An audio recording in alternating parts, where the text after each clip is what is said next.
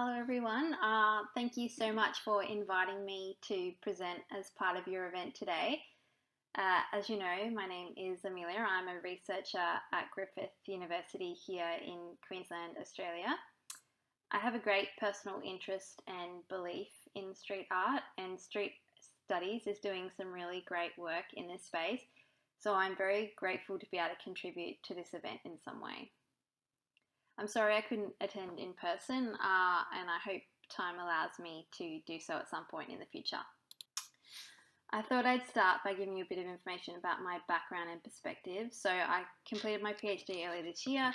My PhD focused on how city brands develop organically as people interact with aspects of the city. So I looked at how uncontrollable aspects like city streets, residents, and the media communicate symbolic messages about the city. So I didn't focus on street art, but the findings of my PhD certainly reinforce that people interact with and construct meaning from street art just while they're going about their daily lives. So now, post-PhD, I'm working across a number of different research projects within Griffith. So these projects are all different, but all deal with branding, place, and everyday life in some way. My involvement in these projects is oriented around qualitative research, so methods like interview and document analysis. In terms of broad perspective, my research is very much social constructionist. So in other words, this is just saying rather than there being one concrete reality, everything is open to reinterpretation and reconstruction. I've put my email there as well, so if you'd like to get in touch, it'd be great to hear from you. So these are the 4 areas that I will focus on in this presentation. I anticipate that you will have heard of these areas before, so I hope to expand on each in a way that's of interest to you. So the article that I wrote for Place Brand Observer back in 2016 mostly deals with genuine intent, the 3rd area there, but I'll expand on this a little bit more too. So these areas are heavily interrelated and all relate to place branding in some way. I'll work through 4 areas, basically just discussing the general importance, how it relates to street art, and then suggestions for planners and communities and other groups interested in facilitating street art as a form of placemaking and place branding. I do want to clarify my use of terms quickly. So street art and graffiti and muralism, although different, these are all interrelated and all forms of symbolic communication. So by symbolic communication, I mean they all carry or convey symbolic messages, often without words. And if words are used, the choice of these words and the way they're written also communicates symbolic messages. As street art is probably the most general and most widely used, I'll refer to street art most, I think, in the presentation, but this doesn't exclude graffiti or muralism. Placemaking, there is so many different interpretations of this concept, perhaps because placemaking can take so many different forms, but essentially when I refer to placemaking, I mean collaborative, people-centered planning. And then there's also many definitions of place branding, but in broad terms, place branding refers to conscious efforts to shape brands or place brands. And then place brands have been defined as a network of associations in people's minds, and this network is based on all the visual, verbal, and behavioural expressions of a place and its stakeholders. So rather than pursuing absolute consistency and standardization, place branding should ideally embrace a set of core values that guide but don't constrain what a place represents.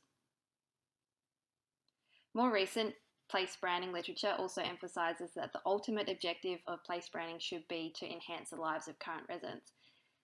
Other potential benefits like tourist attraction and investment attraction flow from or come after this primary objective. So this shift in emphasis has coincided with more focus on place branding approaches that are not that are not only resident-centered, but also collaborative. So they're trying to involve residents in the process as well. You can see this sort of more recent approach to place branding resonates with the idea of placemaking. Unfortunately, in reality, a lot of place branding is still often associated with logos and slogans and other sort of promotion-oriented strategies. So there's certainly a positive movement towards more resident-centered and collaborative place branding approaches, and street art certainly fits well with this shift in mindset. So we'll move on to the content.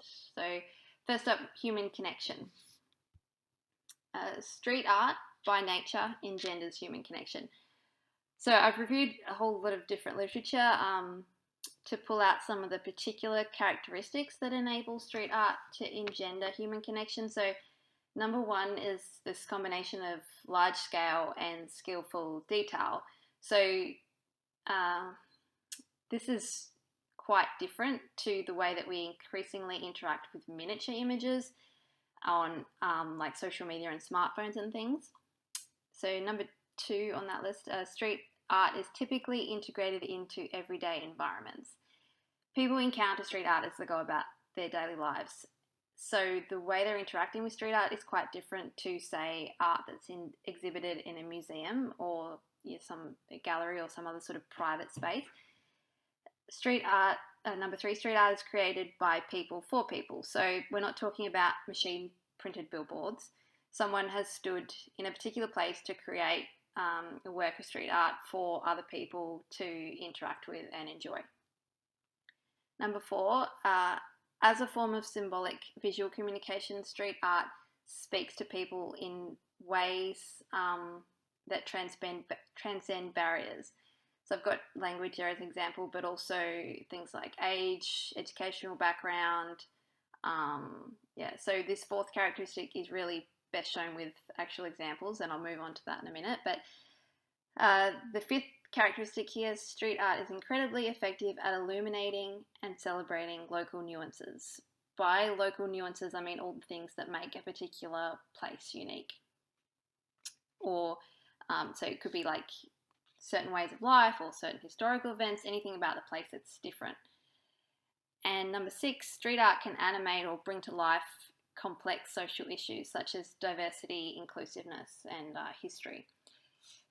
Different research emphasizes different combinations of these characteristics. So I've listed some examples down the bottom, but I'll go now in a bit more detail. So looking at these characteristics in more detail is helpful because it can sort of guide us in thinking about ways to facilitate the potential for street art to engender human connection. So this is a mural in Lascelles, which is a farming town in country Australia. It's by Rone, a Melbourne-based artist. So Lascelles is a very small town. It has about 50 people as its population, and this mural depicts one of its residents. So silo art like this obviously exemplifies the first characteristic of, combination of large scale and incredible detail. So as I said, this is very different to the visual stimuli that we interact with on phones and laptops. And by disrupting the flow of smaller and smaller images, street art naturally engenders human connection.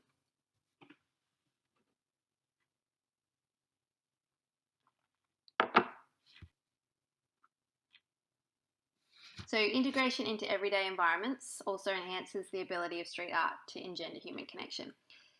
Again, this mural clearly illustrates this, especially given its translucent nature, which adds to the overall meaning. I mean, it's almost fading back into the surface. There's also an element of meaningful contrast here because the face contrasts against the deserted landscape in the background. So basically, he's the only person that we can see in the photograph. In a broader sense, the mural adds a layer of meaning for an environment that's already there. The street art that we find in, like, say, a deserted tunnel or an underpass is another key example of meaningful contrast that adds a layer of meaning to these everyday environments. Third characteristic, by people for people. So the people who create street art are typically not motivated by, making some sort of profit or presenting idealistic representations. So obviously some works are intentionally anonymous, but even if audiences don't know who the artist is, they do know that someone has created the artwork. Okay, as a form of symbolic communication, street art can speak to people in ways that transcend barriers, so language, age, ethnicity, socio-cultural background. This manner of speaking is inherently inclusive and thus further enables street art to engender human connection. I have another image to help. So this is a mural in a coastal town in Western Australia called Busselton. This work illustrates the potential for street art to illuminate local nuances. As well as the wave, we have the hand, and we also have words which read, "Future waves are in the hands of the youth." Busselton has a strong surfing culture and it's home to a lot of youth. So I visited Busselton a few times and this mural certainly fits with the nature and the atmosphere of the town. Every place has nuances though, and these local uniquenesses can easily become so natural and so accepted that communities start to take them for granted rather than talking about them and celebrating them. The potential for street art to bring out these uniquenesses is particularly important as so much of the world is becoming increasingly globalised and homogenised. So as well as human or people-to-people connections, street art that enlivens local uniquenesses can be instrumental in fostering stronger connections between people and place. I've noted another source there. This is a paper that looks more specifically at the role of symbols in developing group identity and a sense of belonging to place. So the sixth characteristic that I want to highlight is street art has always animated complex social issues. For instance, this mural is animating the social issue of youth and perhaps more implicitly the importance of investing in youth as the future of the town. Social issues like these often encompass different perspectives, and street art historically, today also, provides a way of encapsulating these issues from a different perspective, and it engages people by doing that. Okay, so what types of human connection are we talking about here? We've got first a potential emotional and psychological connection between person and the art itself. Second, a potential connection between humans and the places they encounter street art. Third, a potential connection between people and other members of the community. These forms of connection, particularly the latter two, are instrumental to both placemaking and place branding.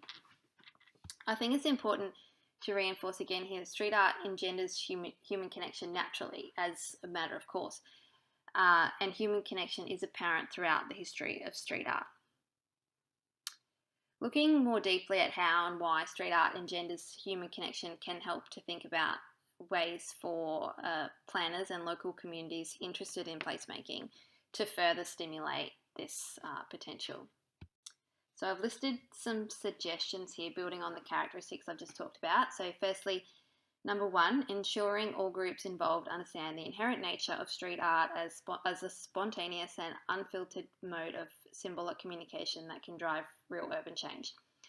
So this is perhaps common knowledge for people already involved in street art, but as a basis for common understanding, it's really important for projects that involve multiple groups from different backgrounds, to ensure that everyone's on the same page. So some of the types of real urban change that I've just talked about include human connection, enhanced sense of place and community, and civic pride.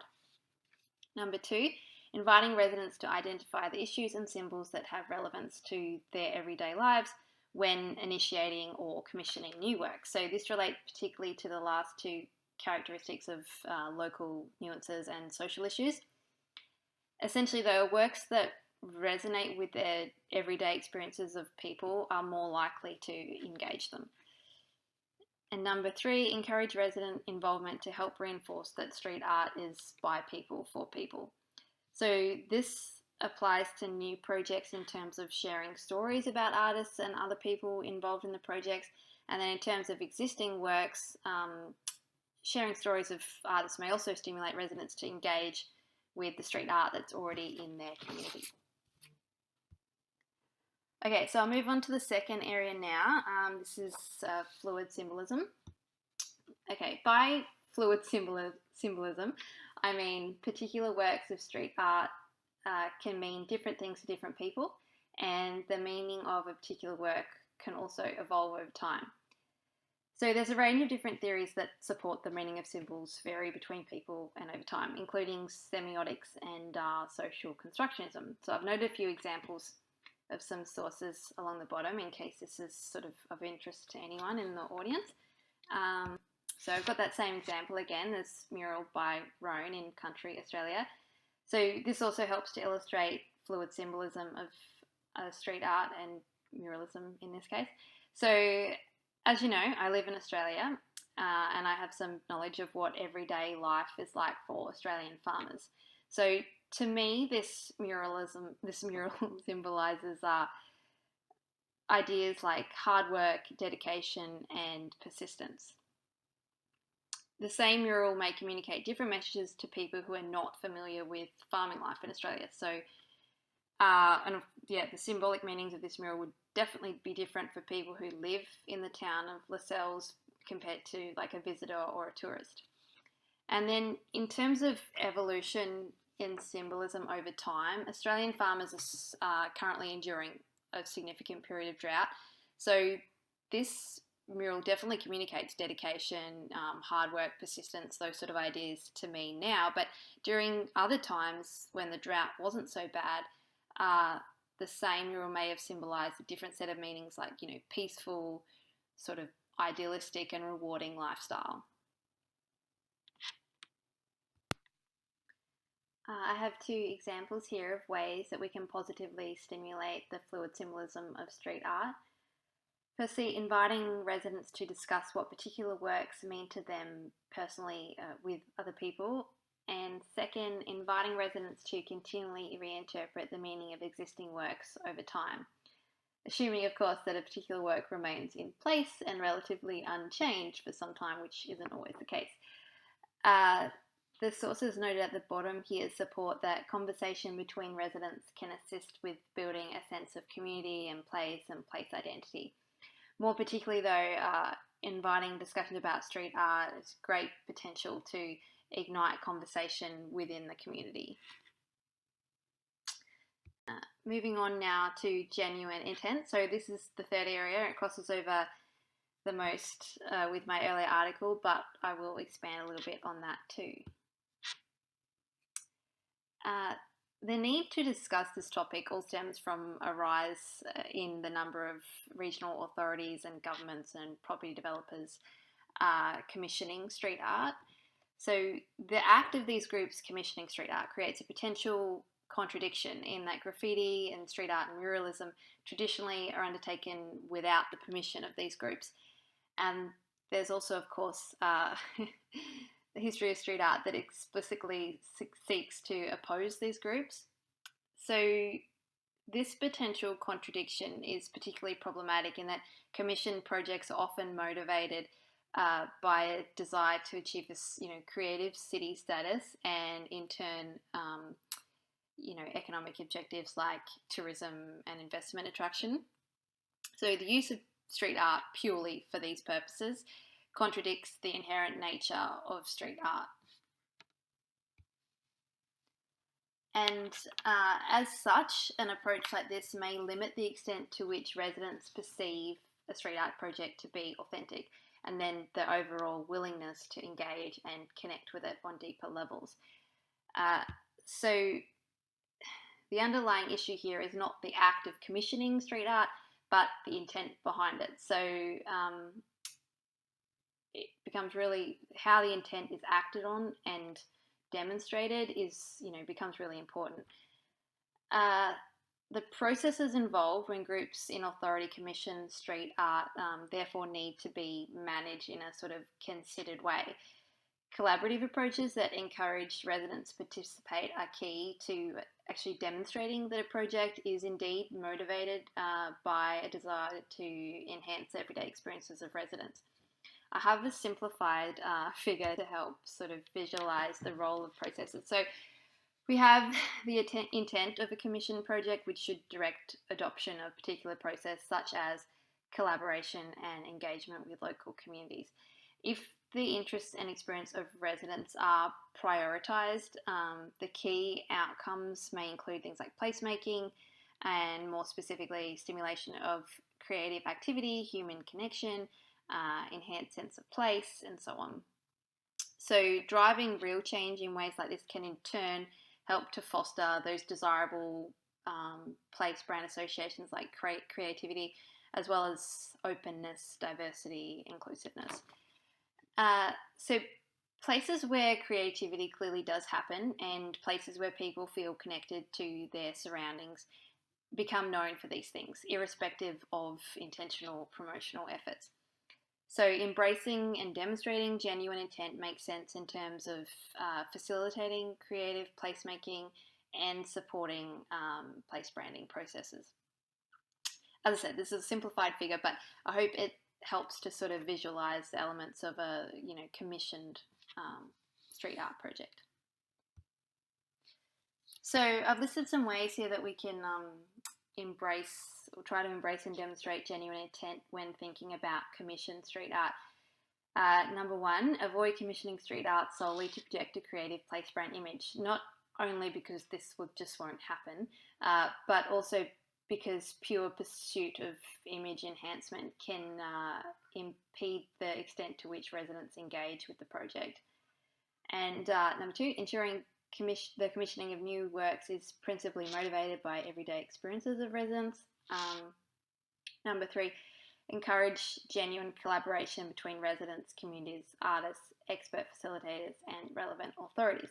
By genuine collaboration, I mean ensuring that not one of these groups seeks to control the project. And number four, clearly communicate intent and processes behind street art, perhaps allowing the outcomes, such as community engagement, to speak for themselves. So when outcomes are referred to directly, it might help to also support these with real evidence, like testimonials from residents. So you're actually showing this is the outcome, it's speaking for itself. Okay, the final area I'd like to talk about is artist development. Ultimately, street arts have a type of expertise that places need. As I mentioned before, places around the world are facing increasing social isolation, homogenization, and disconnection. Maybe not Denmark, I'm not sure about Denmark specifically, but these are generally considered to be global issues that affect various places to varying degrees. Street art has great potential to engender human connection, help preserve the local nuances of places, and build a sense of community. But all of this doesn't happen without street artists. Commissioning, sanctioning, promoting street art, all that can help support arts development. But there's so much more that communities and places can do to support artists on a continuing basis. I have some examples of ongoing artist development initiatives here. So firstly, occasions and venues for building social networks with other artists. There's quite a bit of literature that supports the idea of social interaction stimulating creativity, especially across different industries, so street art and music, or street art and photography. Secondly, audience development. So this is basically informing the local community about street art so they can more fully appreciate the skill and as well as potential social and placemaking benefits. I have an example of an audience development initiative to help illustrate this. So Byron Bay is a beachside town in Australia. An aged care home in this town recently partnered with a graffiti artist, Davey Mack, to host a graffiti workshop with some of the residents of the aged care home. There's a great video of this on YouTube, but I've got some photos and quotes from the participants here. So the photos, show they clearly enjoyed themselves. And the quotes indicate that they also learn something about street art in the process. Audience development initiatives like this can really support artists by helping the local community to appreciate their art in new ways. The third example on that list, dedicated spaces for experimentation. Encouraging experimentation can be really effective in fostering future generations of street art and future generations of residents who appreciate the value of street art. In this sense, the experimentation spaces also have an audience development component too. And lastly, there are avenues for artist differentiation and storytelling outlets. So because each street artist is unique, another way of supporting artist development is providing opportunities and outlets for artists to tell their stories. So there's lots of different ways you could go about this. Video and other forms of visual storytelling are, of course, good given the nature of street art. Supporting artists within the community on an ongoing basis through initiatives like this can enhance the expertise that authorities and community groups can then draw on to assist with placemaking. And perhaps most importantly, supporting and encouraging artists within the community also encourages spontaneous street art and murals that aren't part of like a major planned project. And as I mentioned before, from a more direct place branding perspective, desirable associations like creativity and openness, inclusivity, more likely to develop if people who live in a place are creative and people who live in a place have the opportunity to be creative. So in this sense, artist development strategies also constitute forms of placemaking and place branding strategies.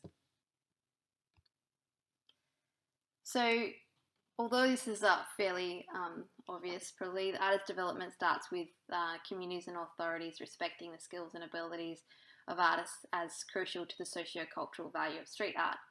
And then initiatives should endeavour to support artist development on a continuing rather than isolated basis. Okay, so that's the 4 areas I wanted to talk about covered. I know you won't be able to read what's on this slide. I have forwarded this document to Stefan as a summary of the suggestions that I highlighted in relation to each area. So you won't be able to read this text either, but I've included a list of the references cited in the presentation at the end here. I'll forward Stefan a copy of this just in case anyone's interested. As I mentioned at the beginning of the presentation, I'm sure the 4 areas that I've focused on are not new to you as such, but I hope what I've talked about is of interest to you, and I hope that I've reinforced why these areas are so important. Street Study does great work in each of these areas, and Denmark is very fortunate to have a network like this being so proactive in this space. Thanks again for inviting me to present as part of your event today. I hope you've enjoyed the presentation, and I look forward to visiting in person at some point in the future. I put my email again here also. It'd be great to chat if you'd like to get in touch. Thanks again. Bye.